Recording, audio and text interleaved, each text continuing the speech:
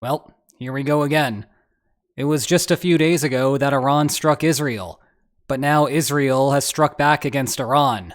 And this time, tons of media focus is on the one word that no one wants to hear: nuclear. Suffice it to say that we have been cursed by living in interesting times. But what is the real threat here? To answer that, on tap for today, we will discuss what exactly Israel did with this strike, what Israel's motivation here may be, what the United States thinks of all of this, especially on the eve of a vote on an aid package to Israel, what may happen next with the situation, and we will finish with a deep dive on the nuclear dimension.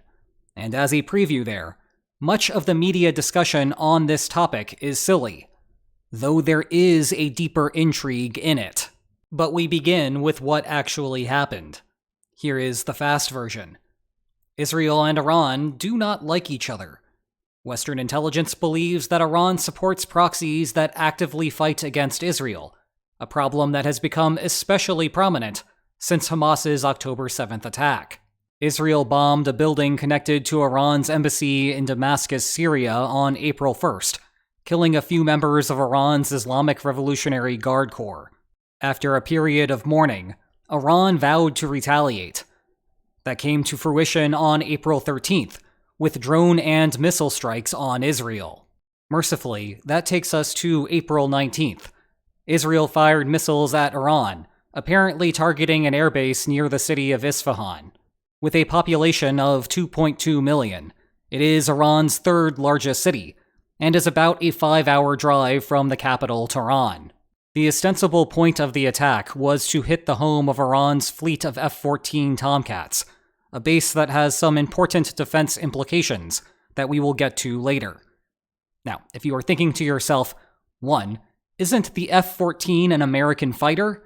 And 2, isn't the F-14 retired? Then the answers are yes and yes. Welcome to the wonderful world of international arms trade, where the Shah's fleet became the Ayatollah's fleet in 1979. And even if the United States ended the F-14 service in 2006, Iran does not have the same luxury of moving on to the next shiny thing. There is also a nuclear facility nearby, but we will get to that in a minute. One interesting thing to note is that the most straightforward pathway to reach the target involves Israel's goods flying over some combination of Jordan, Iraq, Saudi Arabia, and Kuwait, meaning that there may have been some very interesting conversations between the capitals before Israel fired the missiles.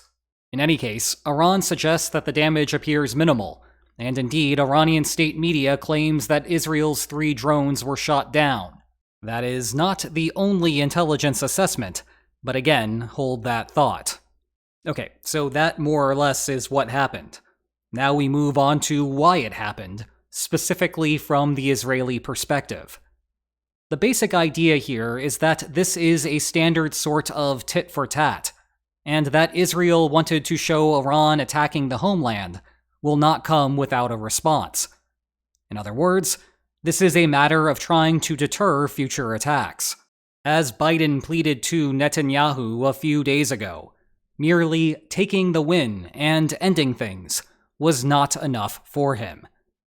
There has been much speculation that Netanyahu's motivation in continuing the crisis is a desperate act to save his position, that he is unpopular, and that something drastic needs to happen for him to resurrect his career. So, according to the theory, he is visiting our favorite casino and gambling on a broader war with Iran. Now, that incentive certainly does exist, but if Netanyahu is trying to exploit it, he's doing a fairly poor job. It will be very easy for Iran to just shrug off Israel's response, and that is the exact opposite of what you want if your goal is to create a bigger crisis. Part of what might be happening here is that Israel is trying to balance this crisis with the war in Gaza. Israel appears to be holding out on the final step of invading Rafah because it does not want to divide its attention between the two conflicts, even if they are kind of the same. Thus, the compromise between establishing deterrence and ending things with Iran is a small response. Otherwise, you risk the war in Gaza stalling out indefinitely. This may also speak to why Israel did not opt for some sort of covert response. It would take more time to set up explosions of unknown origins, and thus does not have the same signaling value as a direct missile strike. Meanwhile, the United States does not appear as frustrated this time around as compared to the Damascus strike. Rewinding to that earlier attack, Washington was frustrated because it received no forewarning about what Israel planned to do until the planes were in the air. Why is that a problem? Well, the United States has a ton of assets in that region, and in the immediate aftermath of an attack, they become obvious targets. That means you want your bases on high alert in the hours after a strike. You can see the problem here. It is harder to go on high alert when you do not know that you need to do so until it is time to do so. This time, Israel provided some improved level of forewarning, which is probably a wise courtesy to extend when you are on the eve of a House vote on $26.4 billion in aid. Still, courtesy or not, the Biden administration appeared to not be thrilled with the response, and the primary reasons are threefold. First, this is just generally increasing instability in the world, which is not in the United States' best interest. Second, it is an election year, and Biden has some strange electoral incentives. Welcome to Michigan, a swing state from the last two election cycles, going with Trump in 2016 and with Biden in 2020. Oh, and for the sake of my foreign audience, Michigan is this one. Once upon a time, it was politically best known for its auto worker unions. But it also just so happens to have the greatest density of Arab Americans, coming in at 2.11% of Michiganders. And yes, Michigander is the prevailing demonym. Anyway, taking a gander at the bigger picture, that 2.11% is almost double the 1.2% of New Jerseyans who are Arab American. And Trump only won Michigan by 0.2% in 2016. Biden does not like being put in a tight spot, where he needs to balance support to Israel, with also not losing votes in a state that could put him over the top in the Electoral College. Finally, again, because it is an election year, everyone cares about pain at the pump. Sanctions or not, Iran is still an oil exporter, so continued conflict risks spiking oil prices. Indeed, Brent oil jumped from about $87 a barrel to a shade above $90 within hours of the news breaking.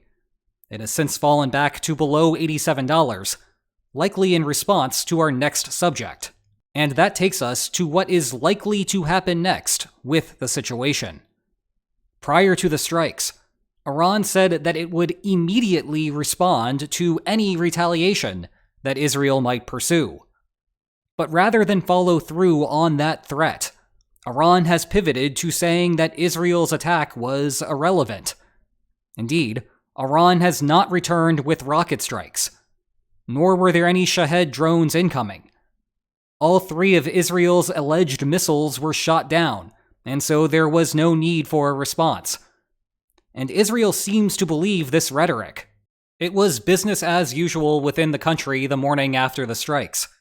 This is in stark contrast to what happened on the eve of Iran's last attack, when Israel had effectively implemented a preemptive shutdown of the country, and later sirens started blaring.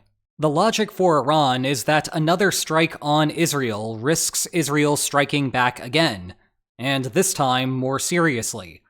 It is basically the classic concern of an escalation spiral.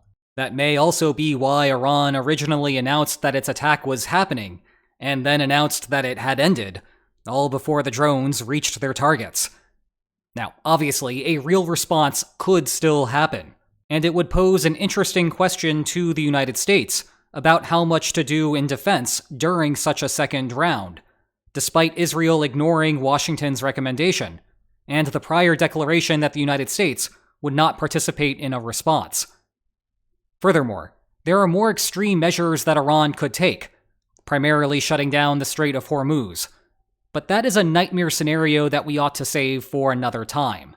The more plausible route that Iran takes is to simply ramp up the support to proxy groups in the area. It still damages Israel as perhaps desired. However, it does not have an obvious connection to the ongoing flare-up, which means it exits us from the spiral. But that, unfortunately, is predicated on Iran wanting to exit the spiral. The great irony of this, of course, is that we arrived at our current story arc because Israel struck Iran in Syria in response to Iran's proxy support. But hey, I guess that is just life. Finally, we arrive at the nuclear dimension. Time to buckle up. This received a lot of media focus because the word is big and scary. But what is actually going on here? To answer that, we go back to the map. Israel's strike appears to have aimed at a base here. I need to note that this location is unconfirmed at the time of writing, but it is the best that I have to go on. There are 2 nuclear facilities in the broader region.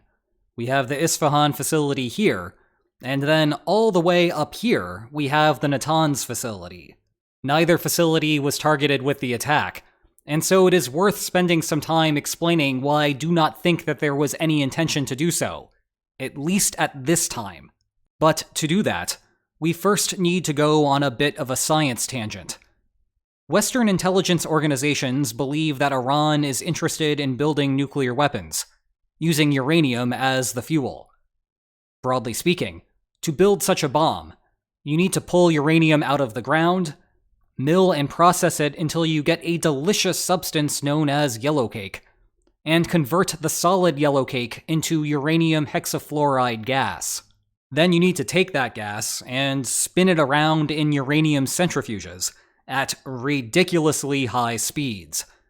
You see, 99.3% of naturally occurring uranium is the 238 isotope, but most of the remaining 0.7% is the 235 isotope that actually creates explosive chain reactions.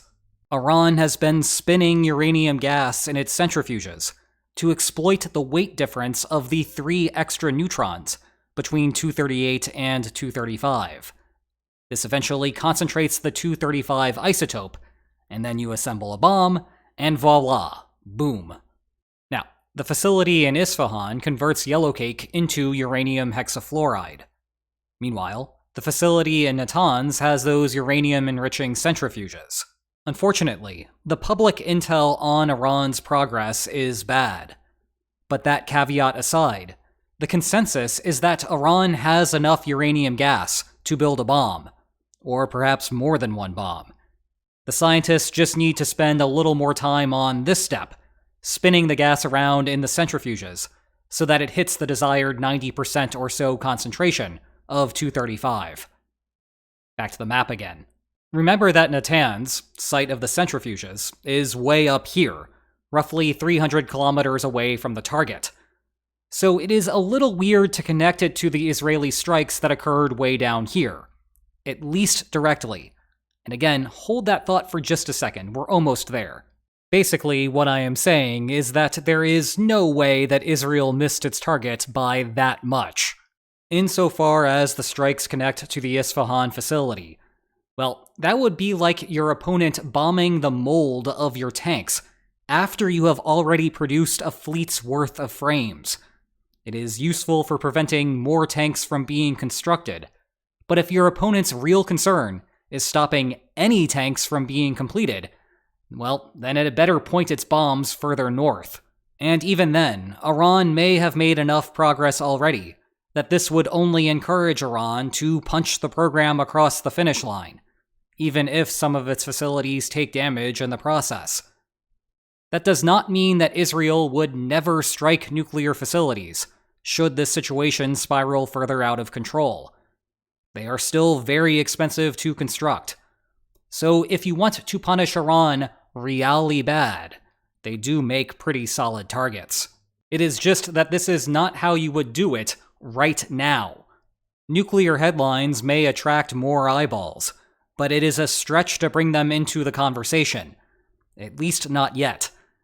You see, despite the distance, one of the roles that the targeted airbase plays is defense of the Natanz facility. And that previously alluded to American report is that Israel's attack actually succeeded here, in contrast to Iran's claims. By the way, they can't even agree on whether they were drones or missiles. Take that for what you will. We really need to start summing things up here. Israel has paid a price to alter the balance of power in its favor. This is a classic type of signaling behavior that can credibly clarify a state's intentions. After all, the costs deter unresolved types from bluffing. But the last time we saw something like this, it ended very differently. There is a much longer version of this argument that works with lines on maps, but we will have to save it for another time. The point is that if we go through another round of this, we may very well be talking about nuclear targets then. It is just that in this moment, we are not quite there. For now, if you want to learn more about the broader conflict in the Middle East, I have a playlist dedicated to the subject. Check it out. And if you enjoyed this video, please like, share, and subscribe, and I will see you next time. Take care.